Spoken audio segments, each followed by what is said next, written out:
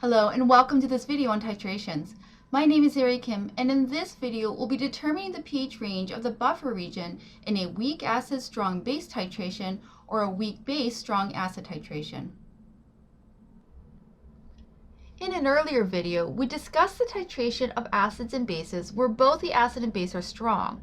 In this video, you're going to focus on the titration where one is weak and the other is strong and how this works as a buffer. With a strong acid, strong base titration, notice that there is a sharp inflection point, which is reflective of the equivalence point, the point where the equivalents of acids and base are equal. Something similar occurs if we have a weak acid titrated with a strong base. We start off at a higher pH, but there's still a good inflection point to calculate the equivalence point. However, the reason why you can't titrate a weak acid with a weak base is because there is no inflection point. There is a gradual increase in pH, and it makes calculating the equivalence point from data impossible. The equivalence point is important to note because at that pH, all of the acid is reacted with all of the base.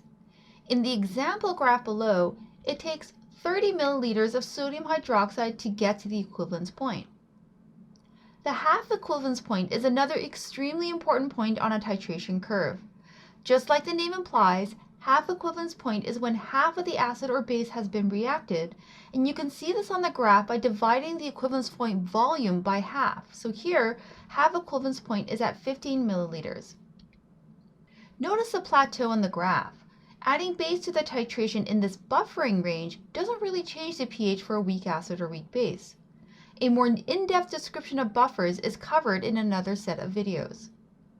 If you consider these weak acid and weak base dissociations, at the half equivalence point, the concentration of the acid or base and its conjugates will be equal. This is a great time to point out something important that I didn't describe in the previous slide.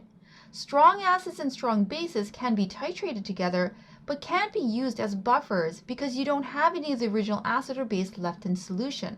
They fully dissociate. The pH at the half equivalence point will equal to pKa, and we can prove this using the Henderson Hasselbalch equation, which was covered in another video. Briefly, if the concentration of the conjugate acid and the base are the same, the log of 1 equals 0. So we're left with pH equaling pKa. A similar relationship can be shown with pOH and pKb, but for ease of usage, since we mainly use a pH scale, I've converted it to pH using the pH-pOH relationship equation here. Therefore, at the half equivalence point, the pH for a weak base will equal 14 minus a pKb.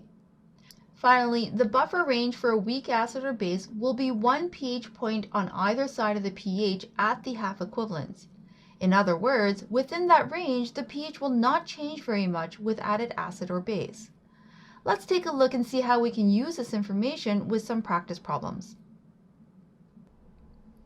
The applied question contains details about a titration. 0.05 normal ammonia, a weak base, is titrated against 0.01 normal hydrochloric acid, a strong acid. The Kb for ammonia is 1.8 times 10 to the negative 5. In part A, we're asked to calculate the pH at the half equivalence point. Use the equation to calculate the pH for a weak base at the half equivalence point. pH equals 14 minus pKb. Since the Kb is given, we have to convert it to pKb using the equation pKb equals negative log Kb. Plugging the numbers in, the pKb equals 4.7. Finally, calculate the pH by taking 14, subtracting it from the pKb. The pH at the half equivalence point for ammonia equals 9.3. In part B, since ammonia is a weak base, it can serve as a buffer, and we're asked to calculate the buffering range, which will be 1 pH unit on either side of the value when pKb is subtracted from 14.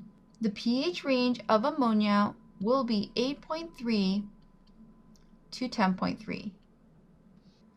There was a lot of information covered in this video, so make sure you do review this and do some practice problems so you can see the different ways that titration can be tested.